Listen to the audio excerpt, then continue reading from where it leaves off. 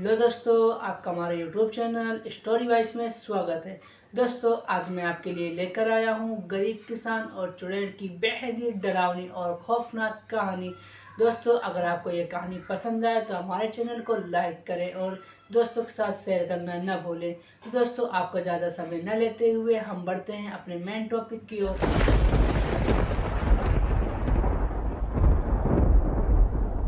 बरसात के मौसम में जीतू नाम का एक आदमी खेत में काम कर रहा था।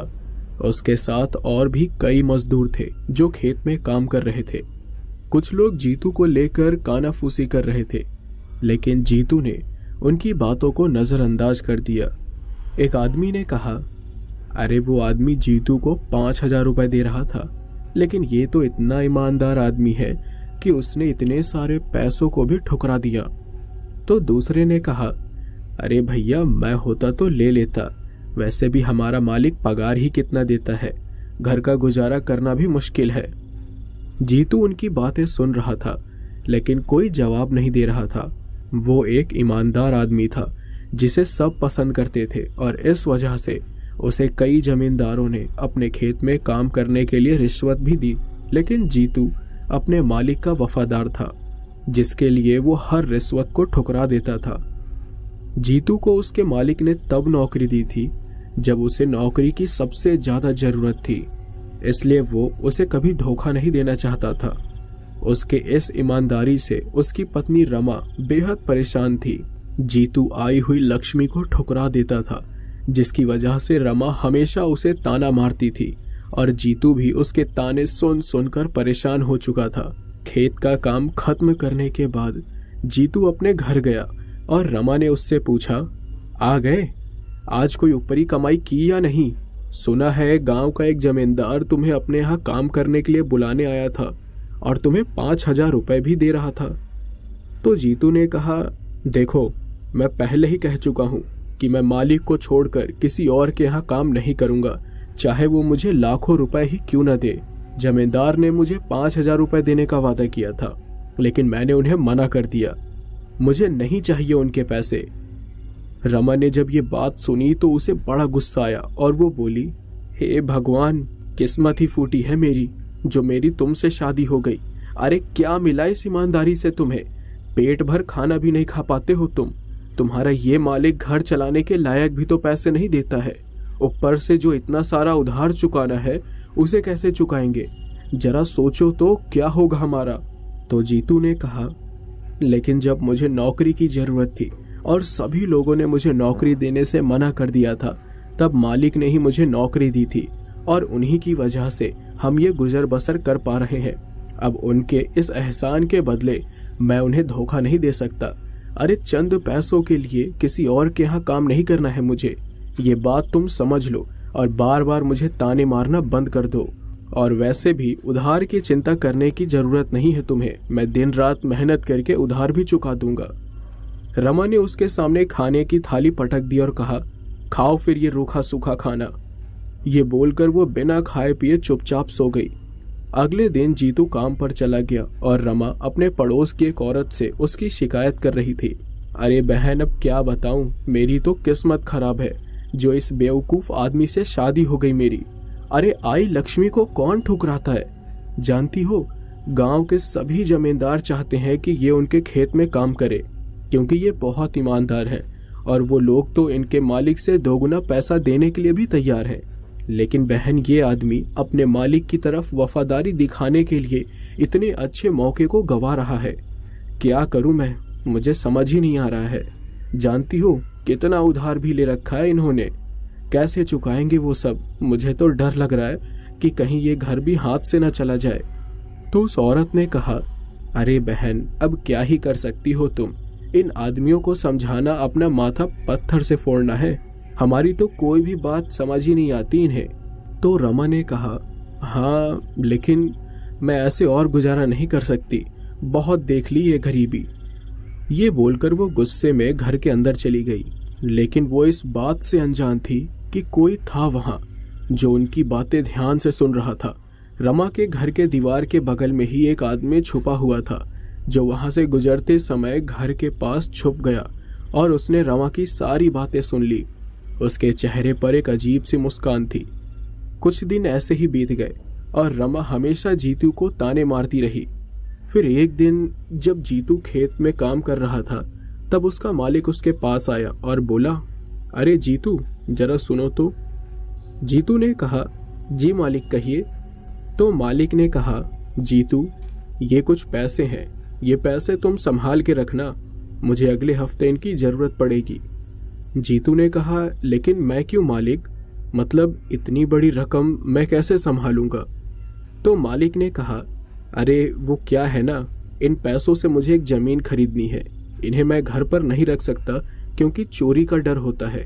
तुम ईमानदार आदमी हो और गरीब भी हो, इसलिए किसी को शक भी नहीं होगा कि तुम्हारे घर में पैसे हो सकते हैं। बस एक ही हफ्ते की बात है, 1 लाख रुपए है ये, और संभाल के रखो। जीतू ने वो पैसे ले लिए और कहा, ठीक है मालिक, मैं संभाल के रखूंगा। ये बोलकर वो वापस काम में लग गया और शाम होते ही अपने घर चला गया। घर जाकर उसने वो पैसे रमा से छुपकर अपनी अलमारी में छुपा दिए, लेकिन रमा ने उसे ये करते हुए देख लिया और उसने कहा, क्या छुपा रहे हो। जीतू अचानक से उसकी आवाज सुनकर डर गया और बोला, कुछ भी तो नहीं, वो मैं बस कुछ ढूंढ रहा था, मुझे भूख लगी है ना, जरा खाना परोस दो जल्दी से। जीतू फिर अलमारी को लॉक करके हाथ मुंह धोने चला गया। रमा को उस पर शक हो गया था, लेकिन उसने इस बात को नजरअंदाज कर दिया। उस रात काफी ज्यादा ठंड थी और इस वजह से रमा को अलमारी से कुछ मोटे कंबल निकालने थे, इसलिए उसने जीतू से अलमारी की चाबी मांगी और जीतू ने पैसे का ध्यान किए बिना उसे चाबी दे दी। जब रमा ने अलमारी से कंबल निकाला तो अचानक से वो पैसे भी नीचे गिर गए जो कंबल के बीच छुपा कर रखे गए थे। उन पैसों को देखकर रमा की आंखें खुली की खुली रह गई और वो खुशी से मानो पागल सी हो गई। उसने जीतू को आवाज लगाई और कहा, अरे सुनो, जरा इधर आओ। वो बहुत ज्यादा खुश लग रही थी और उसकी आवाज सुनकर जीतू भागकर कमरे में आया, लेकिन जब उसने देखा कि रमा के हाथ में वो पैसे लग गए हैं तो वो परेशान हो गया। तो रमा ने कहा, अरे देखो, इतने सारे पैसे तुम्हें किसने दिए, ये हमारे ही है ना, चलो कम से कम तुम्हें अकल तो आई, तुम ऐसे ही काम करते रहो तो देखना एक दिन हम बहुत अमीर बन जाएंगे, इन पैसों से तो हमारी सारी जरूरतें पूरी हो सकती हैं।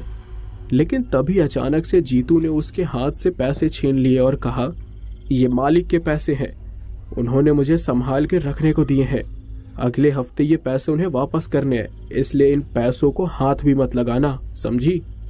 तो रमा ने कहा, झूठ मत बोलो, तुम अकेले इन पैसों से अय्याशी करना चाहते हो ना, अरे तुम्हारा मालिक तुम्हें इतने सारे पैसे संभाल के रखने के लिए क्यों देगा। तो जीतू ने कहा, अरे उन्हें डर है कि उनके घर से कहीं ये पैसे गायब न हो जाए, इसलिए उन्होंने मुझे ये संभाल के रखने को दिया है, अगले हफ्ते ये पैसे मैं उन्हें वापस लौटा दूंगा। तो रमा ने कहा, अरे क्या बकवास कर रहे हो, इतना अच्छा मौका है, ये पैसे लो और चलो यहाँ से निकल जाते हैं, कहीं और जाकर छोटा मोटा काम शुरू कर सकते हैं हम इससे, तुम देखना हमारी जिंदगी संवर जाएगी। तो जीतू ने कहा, अरे पागल औरत, कैसी बातें कर रही हो, मालिक ने इतना भरोसा करके ये पैसा दिया है संभाल के रखने को और मैं उन्हें लेकर भाग जाऊं, ये नहीं हो सकता, ऐसी बकवास दोबारा मत करना, समझी। फिर रमा ने गुस्से में कहा, अरे तुम तो सारी जिंदगी इस गरीबी में ही बिता दोगे, अरे कभी हमारे बारे में भी सोच लो, अभी भी मौका है, इस ईमानदारी से कुछ नहीं मिलने वाला, आज का जमाना बेईमानी का ही है, चलो चलते हैं ये पैसा लेकर और तुम देखना हम बहुत बड़े आदमी बन जाएंगे। लेकिन जीतू को गुस्सा आया और उसने पैसों को वापस अलमारी में रख दिया और अलमारी को लॉक कर दिया। फिर वो रमा से बोला, मैंने अपना फैसला सुना दिया है तुम्हें, मैं इसे बदलने वाला नहीं हूँ, ये मालिक के पैसे हैं और मैं उन्हें लौटा दूंगा, बस बात खत्म। ये बोलकर जीतू वापस से सोने के लिए चला गया और रमा गुस्से से लाल होकर वहां खड़ी रही, लेकिन उसके पास और कोई चारा भी तो नहीं था, इसलिए वो भी चुपचाप जाकर सो गई। अगले कुछ दिन उन पैसों को लेकर रमा और जीतू के बीच बहुत झगड़े हुए, पर जीतू अपनी वफादारी पर अड़ा रहा और उस वजह से रमा ने उससे बात करना भी बंद कर दिया। उसने ये भी धमकी दी कि अगर जीतू ने उसकी बात नहीं मानी तो वो जीतू को छोड़ देगी, पर इसका भी जीतू पर कोई असर नहीं हुआ और रमा के पास अब और कोई रास्ता भी नहीं बचा था। फिर एक दिन की बात है, जब रमा घर के बाहर झाड़ू लगा रही थी, तभी अचानक उसे एक आवाज सुनाई दी, जय माँ काली। रमा ने काम करते करते ऊपर की ओर देखा कि उसके सामने काले कपड़े पहने हुए, सर पर एक कपड़ा बांधे हुए और काली लंबी दाढ़ी और लंबे बाल वाला आदमी खड़ा हुआ था। वो थोड़ा डरावना दिखाई दे रहा था क्योंकि उसने अपने गले में कपाल धारण किया हुआ था, हाथ में कटोरा था और वो रमा को देखकर अजीब तरीके से मुस्कुरा रहा था। रमा ने कहा, क्या चाहिए? देखो, अगर पैसे मांगने आए हो तो भैया चुपचाप आगे बढ़ जाओ, कोई पैसे वैसे नहीं मिलने वाले हैं तुम्हें मुझसे। ये सुनकर वो आदमी हंसने लगा और बोला, अरे नहीं नहीं, मैं पैसे मांगने नहीं आया हूँ, मैं तो तुम्हारी मुश्किल आसान करने आया हूँ। मैं जानता हूँ तुम्हारी आर्थिक स्थिति ठीक नहीं है, बहुत उधार है ना सर पर, और पति ईमानदारी से काम करने के चक्कर में कुछ कमा भी नहीं पा रहा। ये सब सुनकर रमा बिल्कुल हैरान हो जाती है और पूछती है, तो तुम्हें ये सब कैसे पता? तो उस आदमी ने कहा, कपालिक हूं मैं, माँ काली की सेवा करता हूँ, मुझे सब कुछ पता है, तुम्हारा भूत और भविष्य दोनों देख सकता हूँ मैं। रमा अंधविश्वासी किस्म की औरत थी और जब कपालिक ने उसे ये सब कहा तो वो हाथ जोड़कर उसके सामने खड़ी हो गई। उसने कहा, बाबा, आप सच में सब जानते हैं मेरे बारे में? कपालिक ने कहा, बिल्कुल जानता हूँ, उधार है ना किसी का तुम्हारे ऊपर और गरीबी के कारण पैसा भी नहीं चुका पा रही हो। रमा ने कहा, हाँ बाबा, आपको तो सब पता है, फिर तो आप जानते होंगे कि इन सब का उपाय क्या है। कपालिक ने कहा, बिल्कुल जानता हूँ, एक ऐसा उपाय जिससे माँ लक्ष्मी की कृपा बरसने लगेगी तुम पर, धन दौलत इज्जत सब होगा तुम्हारे पास। रमा ने कहा, सच में बाबा? तो बताइए ना क्या उपाय है, मैं कुछ भी करूंगी। कपालिक ने कहा, लेकिन उपाय थोड़ा महंगा है, कर पाओगी? तो रमा ने कहा, अरे आप बताइए तो, मैं सब कुछ करूंगी, जो चाहिए वो आपको दूंगी। कपालिक मुस्कुराया और बोला, ठीक है फिर। उसने अपने थैले से एक चमकीला पत्थर निकाला और उसे रमा को दे दिया। रमा ने कहा, ये क्या है बाबा? तो कपालिक ने कहा, ये बायांगी चेड़ा है। रमा ने कहा, बायांगी चेड़ा, इससे क्या होगा? कपालिक ने कहा, ये एक ऐसा पत्थर है जिसे घर में स्थापित करने के बाद घर में दौलत ही दौलत आती है। अपने घर से भगवान को निकाल कर इसे स्थापित कर देना और रोज इसकी पूजा करना, तुम देखना कुछ ही दिनों में तुम्हारे पास पैसा ही पैसा होगा।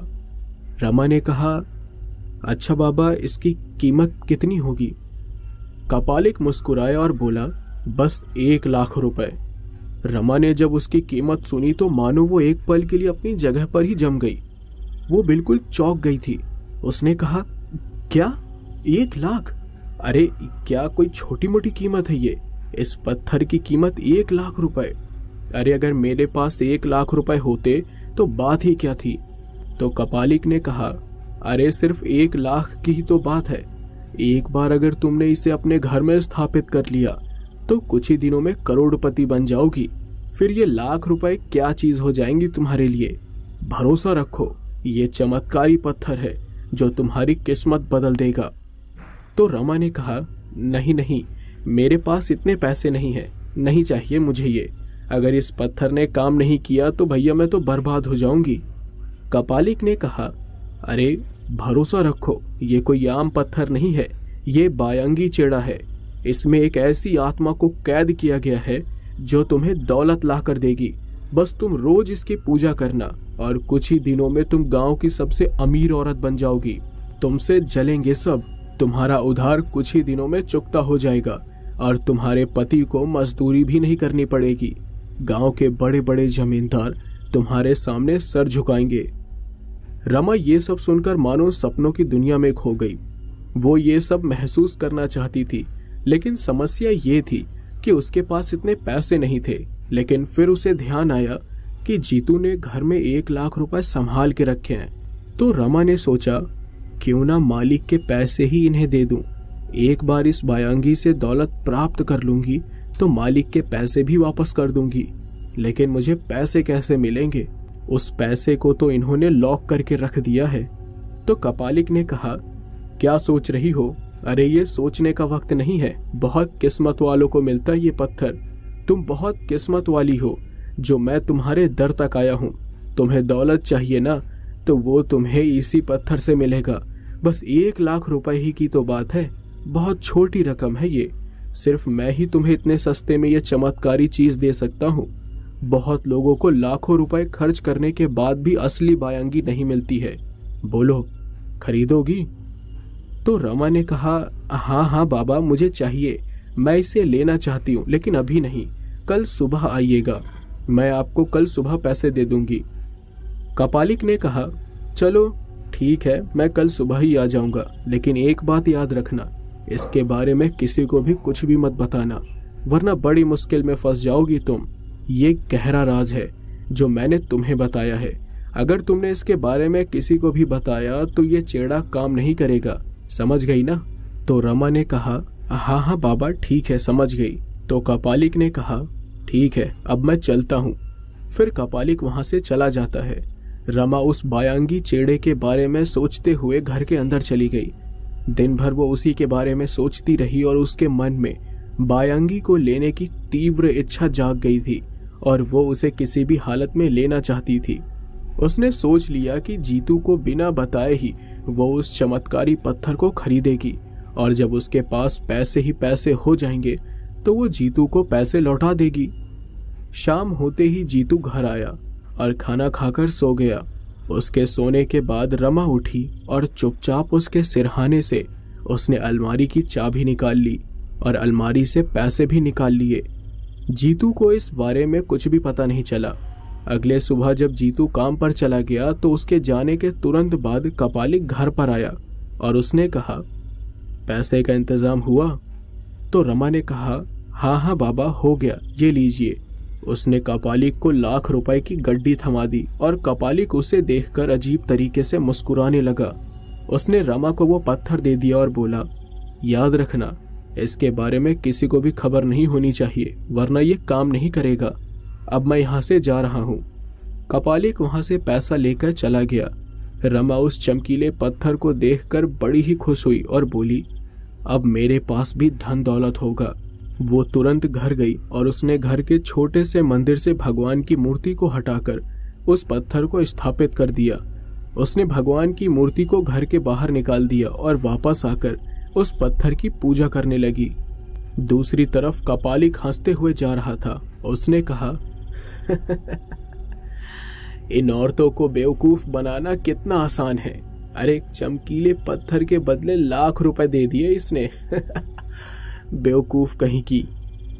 वो कपालिक गांव से चला गया। उस पत्थर को पाकर रमा तो बड़ी खुश थी और वो बस उस पत्थर के चमत्कार का इंतजार कर रही थी। शाम को जब जीतू घर आया तो उसने जीतू से लड़ाई भी नहीं की और बड़े प्यार से उसे खाना परोसने लगी। जीतू ये देखकर बड़ा हैरान हो गया था, लेकिन उसने इस बात को नजरअंदाज कर दिया।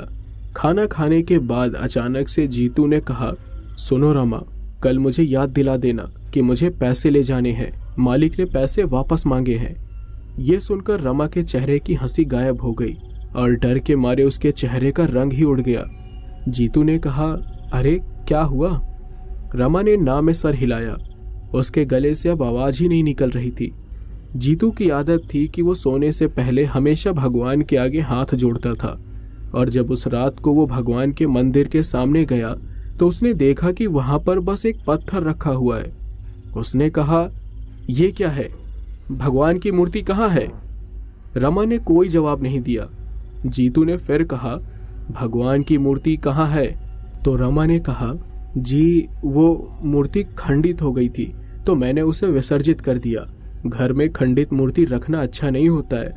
जीतू को उसकी बात पर शक हुआ, लेकिन उसने इस बात को नजरअंदाज कर दिया। उसने कहा, ठीक है, मैं कल नई मूर्ति ले आऊंगा।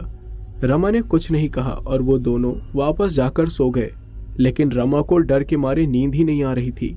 वो यही सोच रही थी कि अगली सुबह पैसे के लिए वो क्या कहेगी। अगले दिन जीतू अलमारी में पैसे ढूंढ रहा था, लेकिन उसे वो पैसे नहीं मिले। अब वो बेहद परेशान हो गया। उसने रमा से कहा, पैसे कहाँ हैं? तुमने निकाले हैं क्या यहाँ से? तो रमा ने डरते हुए कहा, नहीं नहीं, मैंने नहीं निकाले, अरे तुमने ही तो रखे थे वहां। तो जीतू ने कहा, सच सच बताओ, तुमने ही निकाले ना पैसे? तो रमा ने कहा, अरे मैंने कहा ना कि मैंने नहीं निकाले, तुम ही जानो कि तुमने क्या किया उन पैसों का। जीतू ने कहा, कहीं चोरी तो नहीं हो गए? लेकिन किसी को कैसे पता चलेगा कि हमारे पास इतने पैसे हैं, और कोई चोरी भी कैसे कर सकता है? तुम तो हमेशा यहीं रहती हो, फिर कोई चोरी कैसे कर सकता है? तो रमा ने कहा, वो कल मैं दोपहर को कुछ सामान लेने के लिए बाजार गई थी, हो सकता है उस बीच किसी ने चुरा लिए हो। जीतू बेहद परेशान हो गया और भागते हुए अपने मालिक के पास गया। उसने अपने मालिक को सारी बातें बताई और उसका मालिक बेहद गुस्सा हो गया। उसने कहा, झूठ मत बोलो, ये क्यों नहीं कहते कि उन पैसों को देखकर तुम्हारे मन में लालच आ गया और तुमने वो पैसे खर्च कर दिए। अब बहाना बना रहे हो। मुझे मेरे पैसे वापस चाहिए किसी भी हाल में। तो जीतू ने कहा, नहीं मालिक, ऐसा नहीं है, मैं सच कह रहा हूँ, मुझे कुछ भी नहीं पता कि पैसे कहाँ गायब हो गए। तो उसके मालिक ने कहा, ये बकवास मेरे सामने करने की जरूरत नहीं है। तुम्हें क्या लगता है कि मैं तुम्हें ऐसे ही जाने दूंगा? जब तक मेरे पैसे का हिसाब नहीं हो जाता तब तक तुम मेरे खेत में मुफ्त में मजदूरी करोगे, और याद रखना, मेरे पैसे मैं तुमसे ही वसूल करूंगा। लेकिन अब जीतू के ऊपर दुखों का पहाड़ गिर पड़ा। एक तो वैसे ही उसका गुजारा नहीं हो रहा था, और ऊपर से अब उसे बिल्कुल मुफ्त में उसके मालिक के खेत में काम करना था। रमा को जब ये बात पता चली तो उसका दिल बैठ गया। उसने सोचा, ये क्या हो गया? मैंने सोचा था पैसे आएंगे, लेकिन अब तो जो पैसे आ रहे थे वो भी नहीं मिलेंगे। नहीं नहीं, हो सकता है थोड़ा समय लगे पैसे आने में। कुछ दिन ऐसे ही बीत गए। जीतू को मजबूरी में काम करना पड़ा। उसके घर की माली हालत अब और खराब हो गई थी। रमा को पड़ोस के घर से उधार लेकर उस महीने का घर चलाना पड़ा, और कभी कभी उसे दूसरों के घरों से अनाज भी लेना पड़ा। 1 महीने तो जैसे तैसे गुजर गया। रमा दिन रात उस पत्थर को पूजती रही, लेकिन कुछ भी नहीं हुआ। लेकिन उसने जीतू को उस बारे में कुछ भी पता नहीं चलने दिया। फिर एक दिन जब रमा मंदिर को साफ कर रही थी तो अचानक से उसके हाथ से वो पत्थर नीचे गिर गया और उसके 2 टुकड़े हो गए। रमा ये देखकर बिल्कुल हैरान हो गई। उसने कहा, ये कैसे हो सकता है? ये चमत्कारी पत्थर कैसे टूट गया? उसने उस पत्थर को हाथ में उठाया। उसने कहा, कहीं उसका पालिक ने मुझे बेवकूफ तो नहीं बना दिया? नहीं नहीं, ऐसा नहीं हो सकता। अरे पूरे 1 लाख रुपए बर्बाद कर दिए मैंने, अब मैं क्या करूंगी? इधर जीतू ने उसकी वो बात सुन ली और वो बोला, मतलब तुमने ही पैसे निकाले थे? अब रमा के पसीने छूट गए। उसने कहा, देखो तुम गुस्सा मत करो।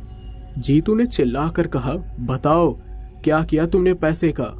अब रमा रोने लगी और उसने रोते हुए उसे सारी बात बताई। वो सब सुनकर जीतू ने उसे जोरदार थप्पड़ मार दिया। उसने कहा, बेवकूफ औरत, कहा था ना कि ज्यादा लालच ठीक नहीं है। देख क्या किया तूने। अब दाने दाने के लिए तरसना पड़ रहा है तेरी बेवकूफी की वजह से। मैं तुझे अब और बर्दाश्त नहीं कर सकता। रमा ने कहा, देखिए ऐसा मत बोलिए, मुझे माफ कर दीजिए। मैंने तो आपकी भलाई के लिए ही किया था ये सब। अरे मुझे क्या पता था कि वो झूठ बोल रहा है। लेकिन जीतू ने उसका हाथ पकड़कर उसे घर से बाहर निकाल दिया और बोला, मैं अब और नहीं सह सकता तुझे। अरे तेरी वजह से सब मुझे बेईमान समझ रहे हैं। मैं सिर उठाकर चल भी नहीं पा रहा। अब मुझे तुझसे कोई रिश्ता नहीं रखना। ये बोलकर उसने दरवाजा बंद कर लिया और रमा चिल्ला चिल्ला कर माफी मांगती रही। गांव वाले वहां इकट्ठा हो गए, लेकिन किसी ने कुछ भी नहीं कहा। रमा रोते रोते दरवाजे के पास ही बैठ गई और न जाने कितने घंटे वहीं बैठ के रोती रही। फिर रात के करीब 1 बजे गांव में बिल्कुल सन्नाटा छा गया था और उस वक्त सिर्फ रमा ही भटक रही थी। वो रोते रोते गांव के बाहर चली गई और भटकते हुए एक मशान में जा पहुंची। उसने अपने आसपास देखा, वहां पर और कोई नहीं था, बस चिता जल रही थी।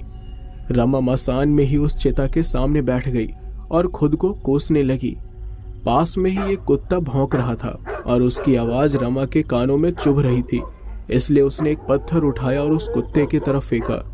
कुत्ता डर कर भाग गया। रमा आंखें बंद कर एक पेड़ के सहारे टेक कर बैठी थी कि तभी अचानक से उसे किसी के कदमों की आहट सुनाई दी।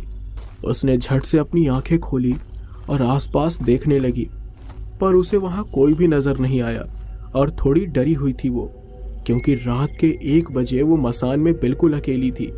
तभी उसे कुछ अजीब आवाज आई, जैसे कि कोई कुछ मंत्र बुदबुदा रहा हो। उसने अपने चारों ओर देखा कि तभी उसे मसान की ओर एक आदमी आते हुए दिखाई दिया, जो बिल्कुल कपालिक की तरह ही लग रहा था। रमा ने जब उसे देखा तो उसे बड़ा गुस्सा आया, लेकिन ये वो धोखेबाज कपालिक नहीं था। कपालिक ने रमा को देखा और कहा, तुम कौन हो और इतनी रात को अकेले यहाँ क्यों आई हो? जानती नहीं, औरतों का मसान में आना सही नहीं होता। रमा ने उसकी बात का कोई जवाब नहीं दिया, क्योंकि उसे वो भी धोखेबाज ही लग रहा था। तो कपालिक ने कहा, कोई समस्या है क्या? बताओ, मैं मदद कर सकता हूँ। रमा ने कहा, नहीं चाहिए तुम जैसे पाखंडियों की मदद। कपालिक को कुछ समझ नहीं आया कि वो ऐसा क्यों बोल रही है। उसने कहा, अरे लेकिन हुआ क्या है, बता तो सकती हो। रमा ने कुछ नहीं कहा। फिर कपालिक भी चुपचाप अपने साधना के स्थान में बैठ गया और मंत्र का उच्चारण करने लगा। सामने एक हवन कुंड में कुछ लकड़ियां रखी हुई थी और उस कपालिक ने मंत्रों से ही हवन में आग जला दी। रमा ये देखकर चौंक गई। तो कपालिक ने कहा, लगता है बहुत परेशान हो, घर छोड़ दिया है क्या? इतनी रात को मसान जैसी जगह पर क्या कर रही हो? लेकिन रमा बस उसे हैरानी से देख रही थी।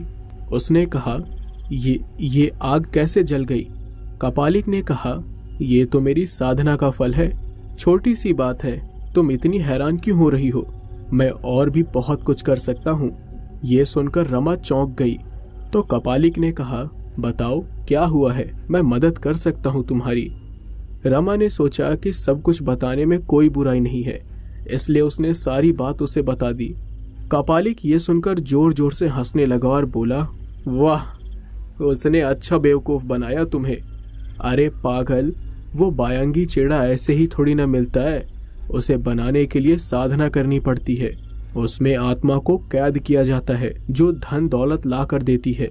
तो रमा ने कहा, तो क्या बायांगी चेड़ा सच में होता है? तो कपालिक ने कहा, बिल्कुल होता है, लेकिन ये बड़ा खतरनाक भी होता है। बायांगी एक शक्तिशाली आत्मा है, जिसे मसान के पत्थर में कैद किया जाता है और उसकी रोज पूजा करनी होती है। उसके आसपास की जगह को साफ करना पड़ता है। इस बात का ध्यान रखना होता है कि किसी को उसके बारे में पता न चले। भगवान की पूजा भी नहीं कर सकते अगर घर में बायांगी चेड़ा स्थापित हो तो। भगवान की मूर्ति को ढक कर या घर के बाहर रखना पड़ता है। फिर बायांगी साधक को धन दौलत ला कर देती है, लेकिन साधक एक निश्चित समय के लिए ही बायांगी को रख सकता है। 7 महीने से लेकर 7 साल तक कितने भी समय के लिए इसे स्थापित किया जा सकता है, लेकिन समय समाप्त होने के बाद इसे मुक्त करना होता है, क्योंकि अगर उसे मुक्त नहीं किया गया तो घर में वापस दरिद्रता आ जाती है और साधक और उसके परिवार को तमाम मुश्किलों का सामना करना पड़ता है। तो रमा ने कहा, अच्छा बाबा, तो कहाँ मिलेगी वो? तो कपालिक ने कहा, बायांगी चेड़ा उस पत्थर से बनता है जिस पत्थर से चिता दहन के समय मटके को फोड़ा जाता है। उसी पत्थर में एक शक्तिशाली आत्मा को कैद किया जाता है और ये सब साधना से करना होता है। तो रमा ने कहा, अगर मैं कहूँ कि मुझे वो चाहिए तो? कपालिक ने कहा, मैं दे सकता हूँ, लेकिन। तो रमा ने कहा, लेकिन क्या बाबा? तो कपालिक ने कहा, लेकिन मेरी शर्त है, और वो ये कि जब तुम्हें धन दौलत मिल जाएगा तो तुम उसमें से आधी संपत्ति मुझे दोगी। रमा ने कहा, लेकिन इस बात का क्या भरोसा है कि तुम मुझे बेवकूफ नहीं बना रहे? कपालिक ने कहा, मैं तुम्हें वो चेड़ा दे दूंगा, फिर जब दौलत मिल जाएगी तो उसके बाद मुझे संपत्ति दे देना। रमा ने सोचा कि इसमें कोई नुकसान नहीं है, इसलिए उसने कहा, ठीक है, मैं तैयार हूँ। कपालिक ने कहा, सामने आकर बैठो, लेकिन याद रखना कि 7 महीने बाद तुम्हें उस बायांगी को मुक्त करना है, वरना बहुत बड़े मुश्किल में पड़ जाओगी। तो रमा ने हाँ में सर हिलाया। कपालिक ने मसान से एक पत्थर उठाया और उसे हवन कुंड के सामने रखकर बैठ गया। फिर उसने कहा, अपनी आंखें बंद करो और मैं बोलूं तभी खोलना। कुछ आवाज आएंगी, लेकिन डरना मत। रमा ने आंखें बंद कर ली। कपालिक के थैले में एक सूखा नारियल था जिसे उसने पत्थर के साथ रख दिया। फिर एक लाल कपड़ा लिया और उससे नारियल और पत्थर को एक साथ बांध दिया। फिर उसने हवन में आहुति देना शुरू किया और मंत्र का जाप किया। फिर करीब आधे घंटे तक रमा को सिर्फ मंत्रों का जाप सुनाई देता रहा, लेकिन उसके बाद अचानक से उसे कुछ अजीबोगरीब आवाजें आने लगी। वो आवाज ऐसी थी जैसे कि कोई लंबी लंबी आहें भर रहा हो, लेकिन वो बहुत ही डरावनी थी। इसके अलावा किसी के धीरे धीरे गुर्राने की भी आवाज आने लगी और थोड़ी देर के बाद ऐसा लगा जैसे कोई रमा की तरफ आगे बढ़ रहा है। उसके कानों में किसी के कदमों की आहट तेजी से सुनाई दे रही थी। ये सारी आवाज सुनकर रमा बहुत डर गई थी और उसे पसीने आने लगे थे, लेकिन उसने आंखें नहीं खोली। फिर और आधे घंटे बीत गए और कपालिक ने उसे अपनी आंखें खोलने को कहा। रमा ने आंखें खोली तो कपालिक ने कहा, ये लो, वो आत्मा इसमें अब कैद हो चुकी है और अब तुम इसे अपने घर में स्थापित कर सकती हो, लेकिन याद रखना मुझे धोखा नहीं देना, वरना यहीं बैठे बैठे मैं तुम्हारी जिंदगी तबाह भी कर सकता हूँ। और हाँ, जो बातें मैंने ध्यान रखने को कही है वो भी बिल्कुल मत भूलना। रमा ने हाँ में सर हिलाया और वो बायांगी को लेकर वहां से चली गई। उसने अपने पति का गांव छोड़ दिया और पड़ोस के गांव में जा पहुंची। उस वक्त सुबह के 4 बज रहे थे। रमा को सबसे पहले सर छुपाने की जगह चाहिए थी और उस गांव के आखिरी छोर पर उसे एक छोटी सी झोपड़ी मिली जो सूखे घास फूस से बनी हुई थी। उसके छत में कई जगह पर छेद भी थे, लेकिन उसके अलावा उसके पास और कोई जगह भी तो नहीं थी रहने के लिए। उसने वहीं पर साफ सफाई करके बायांगी चेड़े को स्थापित कर दिया और गांव में ही एक घर में काम करने लगी। वो रोज उस बायांगी की पूजा करती थी, उसे भोग लगाती थी और उसके मन में जल्दी पैसे वाली बनने का उम्मीद थी। करीब 1 हफ्ते हो गए थे उसे उस झोपड़ी में रहते हुए। वो गांव वालों के घर में काम करके अपना जीवन जी रही थी। कभी कभार काम से आते समय उसे रात भी हो जाती थी और इसी तरह एक रात जब वो अपनी झोपड़ी की ओर जा रही थी तो उसने कुछ अजीब सी आवाज सुनी, जैसे कि कोई खुदाई कर रहा हो। रमा ने अपने आसपास देखा तो उसे कुछ नहीं दिखाई दिया, लेकिन दूर झाड़ियों के बीच उसे कुछ रोशनी दिखाई दी। रमा उस तरफ जाने लगी और जब उसने झाड़ियों के बीच झांका तो उसे एक आदमी नजर आया जो वहां पर खुदाई कर रहा था। उसने गड्ढा खोदा और उसमें एक बक्सा डालकर वापस मिट्टी से उसे ढक दिया। उसने कहा, अभी के लिए ये यहीं सुरक्षित है, एक बार चोरी का मामला ठंडा पड़ जाएगा तो इसे ले जाऊंगा। वो आदमी वहां से फिर चला गया और उसके जाने के बाद रमा ने कहा, क्या होगा उस बक्से में, देखना पड़ेगा। रमा ने एक लाठी उठाई और उसी से उस जगह को खोदने लगी। उसे करीब 1 घंटा लग गया वहां से मिट्टी हटाते। फिर आखिरकार उसे बक्सा मिल गया और उसने उसे खोलकर देखा। उसकी आंखें फटी की फटी रह गई। उस बक्से में ढेर सारे पैसे थे। रमा ने कहा, लगता है बायांगी चेड़ा काम कर रहा है, मुझे इतने सारे पैसे मिल गए। रमा की खुशी का कोई ठिकाना ही नहीं था। वो तुरंत पैसे लेकर झोपड़ी में चली गई। रमा के पास करीब 50,000 रुपए थे और वो बेहद खुश थी। उसने कहा, अब मुझे नौकरानी का काम नहीं करना पड़ेगा, इन पैसे से तो मैं अच्छा खासा काम शुरू कर सकती हूँ। रमा ने ऐसा ही किया। उसने चूड़ियों का व्यापार शुरू कर दिया। अगले दिन से ही वो और अपने आसपास के गांव में जाकर चूड़ियां बेचने लगी।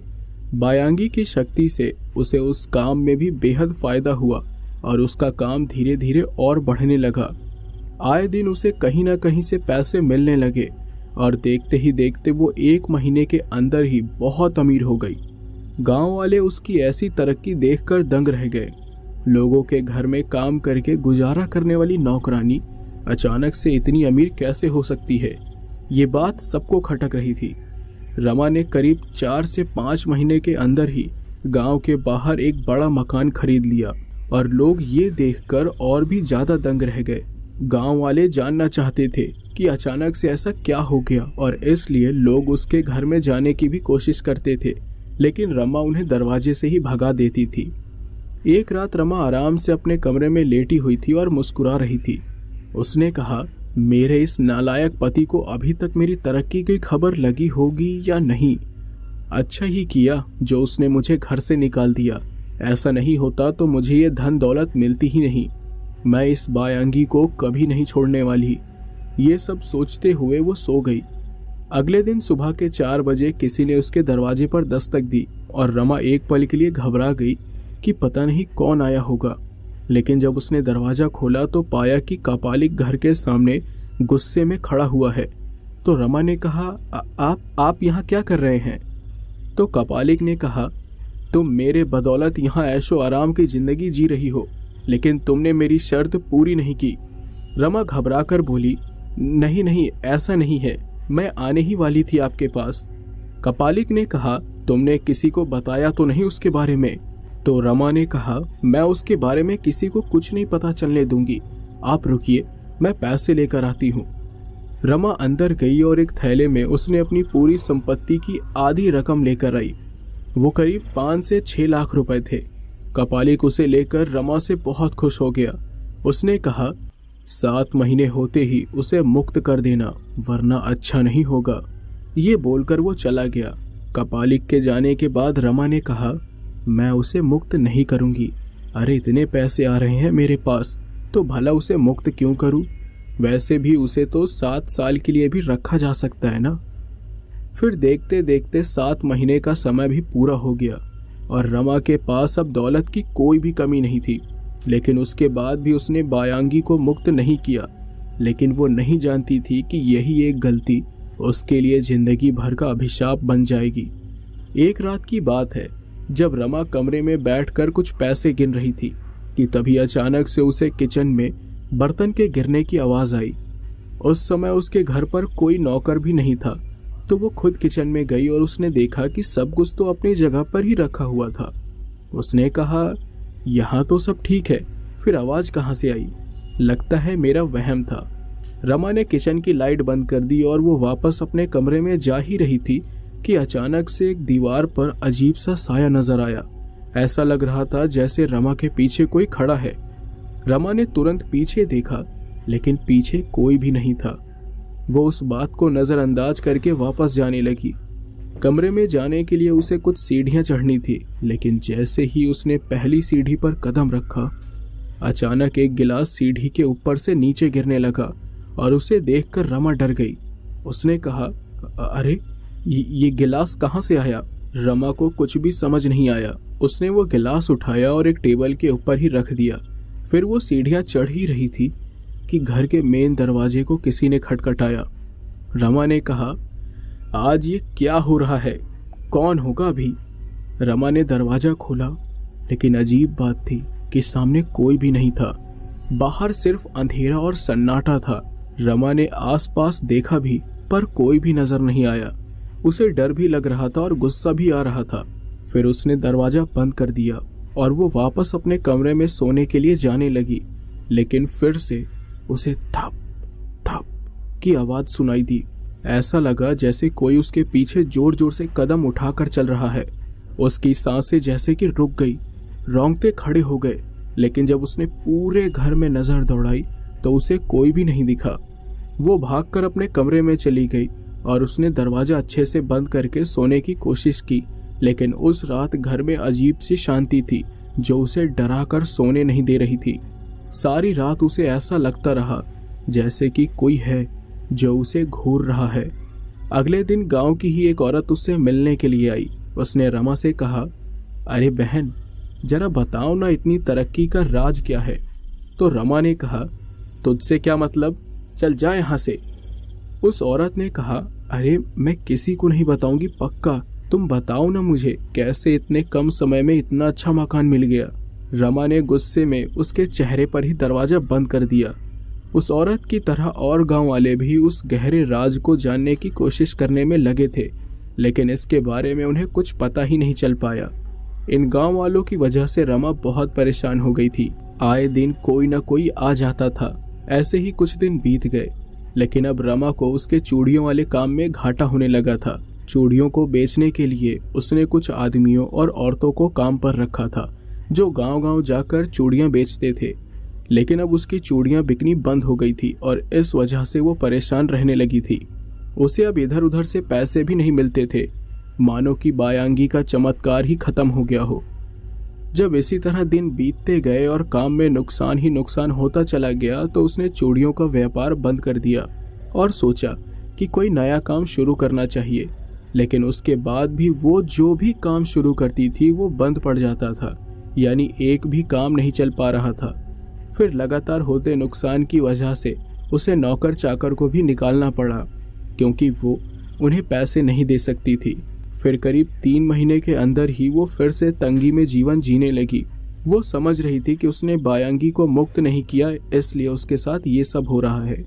लेकिन उसके बाद भी वो उसे मुक्त नहीं करना चाहती थी, इस आस में कि शायद बायांगी फिर से उसे धन दौलत ला कर देगी। उसकी माली हालत फिर से खराब हो गई और वो खुद को कोसने लगी कि 7 महीने होते ही उसने उसे मुक्त क्यों नहीं किया। उसने सोचा कि उसे कपालिक से बात करनी चाहिए और इसके लिए वो एक रात मसान में भी गई, लेकिन मसान में उसे कपालिक नहीं मिला। उसने आसपास के गांव में भी पता करने की कोशिश की, लेकिन वो कपालिक शायद वहां से जा चुका था। रमा वापस घर आ गई। उसकी तंगी को देखकर गांव वाले वापस हैरान हो गए और उसका मजाक भी उड़ाने लगे। रमा लालच में आकर अपनी जिद में ही अड़ी थी। वो अभी भी बायांगी को छोड़ना नहीं चाहती थी, लेकिन ये उसकी और भी बड़ी गलती बन गई। जिस रात वो कपालिक को ढूंढने के लिए मसान गई थी, उसी रात की बात है। रमा जब अपने घर गई तो उसने देखा कि उसके घर के सामने लोगों की भीड़ लगी है और कुछ लोग आग आग कह के चिल्ला रहे थे। रमा जब भीड़ के बीच से गुजरकर आगे गई तो उसने देखा कि उसके घर में आग लग गई थी। रमा को अपनी आंखों पर यकीन नहीं हुआ। उसके पास जो कुछ भी आया था वो सब छिन गया। इन सब बातों से रमा को बहुत बड़ा सदमा लग गया और उसी समय उसे लकवा मार गया। गांव वालों ने उसकी हालत देखी तो वो लोग भी दंग रह गए और उसे लेकर अस्पताल गए। डॉक्टर ने कहा कि रमा की हालत बहुत ही ज़्यादा खराब है और उसे अस्पताल में ही भर्ती करना होगा, लेकिन उसके लिए पैसे चाहिए थे और रमा के पास ना तो पैसे बचे थे और ना ही उसका ख्याल रखने वाला कोई इंसान था। इसलिए उसे गांव के सरकारी अस्पताल में भर्ती कर दिया गया। पर उस अस्पताल में मरीजों के साथ जानवरों की तरह बर्ताव होता था। कौन जी रहा है, कौन मर रहा है, उससे किसी को कोई मतलब ही नहीं था। रमा करीब 2 महीने तक लकवे की हालत में उसी अस्पताल में पड़ी रही। ना वो कुछ बोल पाती थी और ना ही कुछ खा पी सकती थी। 2 महीने में ही उसकी हालत इतनी खराब हो गई कि उसने अपना दम ही तोड़ दिया। इस तरह अमीर बनने के लालच ने उसकी जान ले ली। उसके पास सब कुछ आ गया था, लेकिन और पाने की चाहत ने उससे उसका सब कुछ छीन लिया और उसे कुछ सोचने का मौका भी नहीं मिला। तो दोस्तों, ये कहानी यहीं पे समाप्त होती है। अगर आपको ये कहानी पसंद आई हो तो हमारे चैनल को लाइक और सब्सक्राइब करें और हमें कमेंट में ज़रूर बताएं कि आपको ये कहानी कैसी लगी। दोस्तों, हम आपसे मिलते हैं अगले टॉपिक की ओर। तब तक के लिए गुड बाय।